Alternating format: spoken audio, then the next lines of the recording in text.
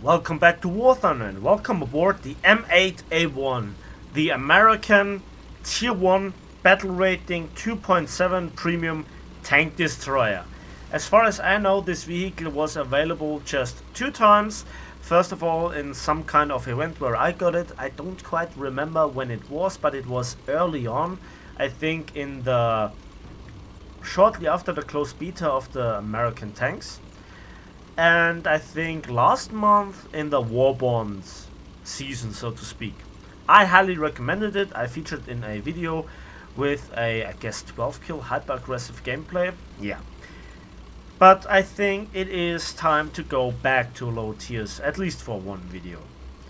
And I think this tank, yeah, I should make another video about it, because I give here now a lot of tips and tricks for low tier players. When you have the first dozens of matches and you don't get quite the grips in realistic battles, what can you do? And I will give you a lot of tips and tricks. Now sadly this is a replay, but thanks to this option here, switch to player's view, we can directly admire the direct actions that I took with the camera, like I did it in the actual battle. So that's as close to the recording as I can make it. Also, I turned off the markers, so you don't see the enemies as you can in the replay. By the way, this is the first lesson. You can use the replay to actually learn from your mistake, or to figure out what was your mistake if it wasn't that obvious. Now the first thing that I do here with this tank is to flank. Now what are the specific numbers on this tank? Well, it has 18.9 horsepower per ton ratio. That's really quick. It has a 75mm M3 gun with overall 46 shells. It features an APHE shell with 90mm of penetration and a high explosive filling with an TNT equivalent of 63.7 grams.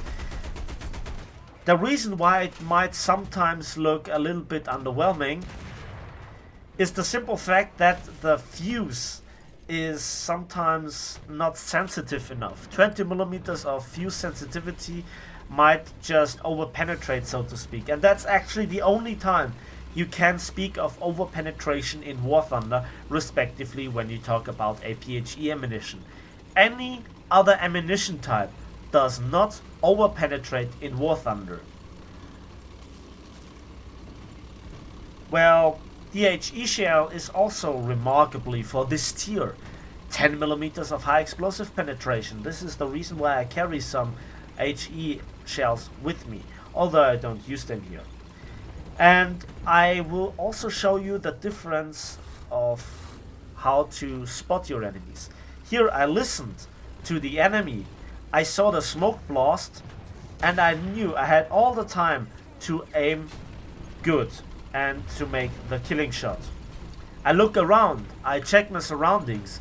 Are there enemies?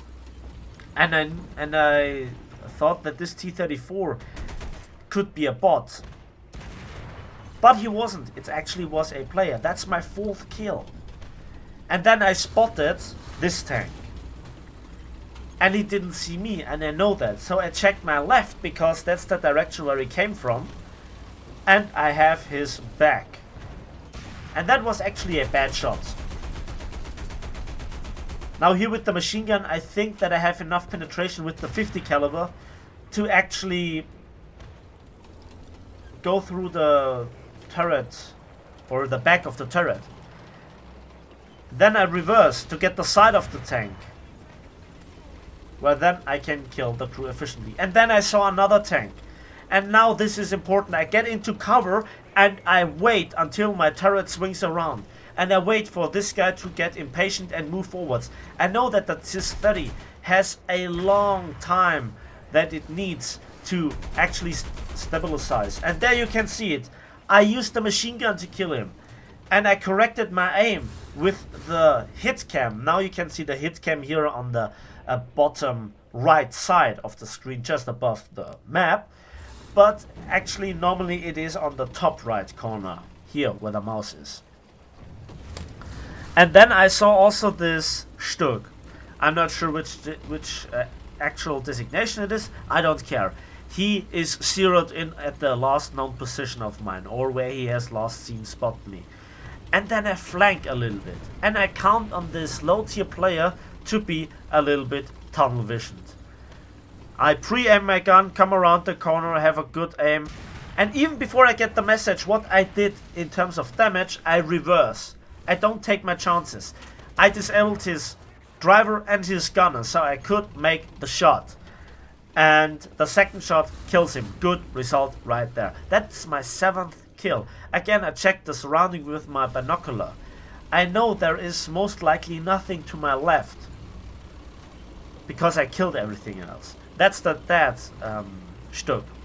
And I go back into the sniper position. I don't want to spawn camp. Spawn camping is not just a little bit mean at this point of the match. It also takes you at a risk, because there is spawn protection. And then I saw this guy, and I machine gun him down, and now the machine gun kills him. That's the beauty of the 50 caliber. It has enough penetration to deal with most tanks from the side. And then there is this Russian AAA truck equipped with a 50 caliber machine gun. I got shot from the side. I saw the tracer and the lead indicator of the hit marker. I didn't care where exactly I was shot from. I just knew I had to get into cover. Now, as I mentioned, you have to pre-aim your gun. In every tank you should do this, but in this tank it's highly important, as your turret rotation speed is really low, with 11.4 degrees per second. Now let's talk a little bit about the gun. The gun is rather high caliber for this bat rating of 2.7, and it has a really good penetration value of 90mm for the APHE shell, and also, as I mentioned, 63.7 grams of TNT equivalent for the high explosive filling. Really cuts it, especially at this battle rating. I think this gun will follow you up to battle rating 5.0 on the American EZ8 Sherman, if I'm correct. At that battle rating it's not good anymore, but 2.7, it really cuts it. The rate of fire with 6.7 seconds for an ace crew, which I have here because it was really cheap, and I just, I thought to myself, yes, I can do this. So what do I now? Well, this is also a very tactical decision that I make. First of all, I see our bots coming into the cap circle. I saw that they get shot. I immediately look right. I see the T-28. I aim. He didn't see me, and I ammo-rack him. That's a good result right there. APHE ammunition at this battle rating, it's really great. The bot explodes. I drive into the cap circle, and I drive out of it again. I don't need to stay in the cap circle to decap it. It will decap itself. Just to cap it, I need to be in the cap circle. And what I do right now is here securing the flank. At this time, the enemy team is in a heavy lead. I have now my double ace, 10 kills. To be honest, I think to myself of a rarely or rather seasoned player. And I had to make this match after all the high tier tank reviews that I made lately. I think, yeah, I just released a tank review on the T62 today, and I see this modder. I have all the time, and I see that I just killed the driver. Quickly, I saw him turning the gun into my direction. He has spotted me. I kill the gunner with the machine gun, and then follow up by killing the last of the 2 remaining crew members with another APHE shell. Knowing your opponent, its strengths and weaknesses, and how to deal with an enemy is, I think, so important, especially for low tier players. Once you know what's the thought about the mechanics behind War Thunder and where to look at and how you can learn it, especially with the hit cam, you can learn everything by itself. This is how I did it. And while I give you a full tank review on as many tanks as I possibly can, especially at high tier tanks, The same rules apply to low tier tanks. Now granted, a lot of people might struggle with the tanks that they're driving, and they obviously are looking for higher tier tanks. But if you are mastering low tier tanks, you also master high tier tanks at a certain point. And the simple machine gun is enough to kill the last crew member of this TIS-30. Now this 50 caliber, without it, this tank would have a harder time. And you know, while 50 calibers get less and less important at higher tiers, granted they might get more important again at super high tiers because of tanks having literally no armor.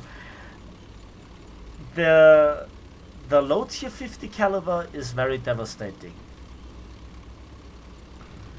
Now I have 12 kills. Now I saw a AAA going off. I see that the enemy is recapping B, but before I can go for B, I have to clear my back. I see this T-28 and I just kill one of the machine gunners. And then I hammer in with the machine gun and kill the loader. The next APHE shell kills the entire crew or turret crew, and then I aim for the last enemy crew member precisely. The hit cam is so important, especially against tanks with high survivability, because of having a lot of internal armor or a lot of crew compartments, or having overall a lot of crew by themselves. That is also very important. I spotted the tracers. I did initially not see this Russian AAA tank, and that was a mistake. I extinguished the fire, I was not fully in cover, and now I wait to extinguish the fire, and I kill the flak panzer before I extinguish the fire. Now I have time to get, so to speak, stunned. And now I repair, and I also wait for my reload, and I check my surrounding. Where did this shot come from? Can I see my opponent? And the next engagement is also a lesson in situational awareness and outthinking and predicting the movements of your enemy.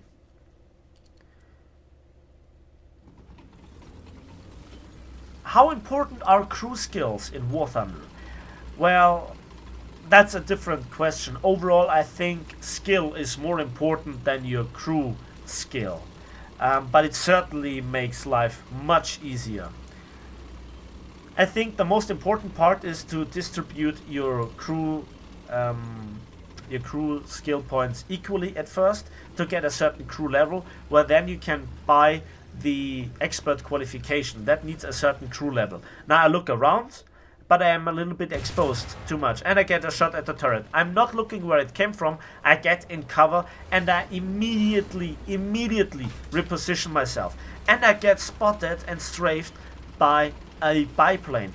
Now he has given away my position again, but the hit marker at realistic battles is so inaccurate that the enemy might think I did not reposition.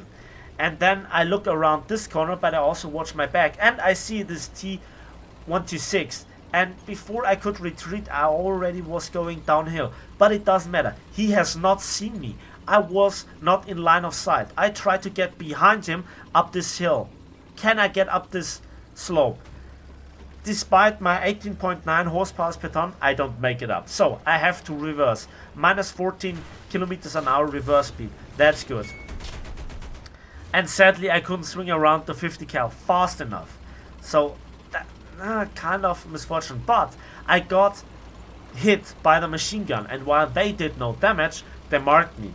And I guess this player is kind of experienced as well, or he has just simply good situational awareness.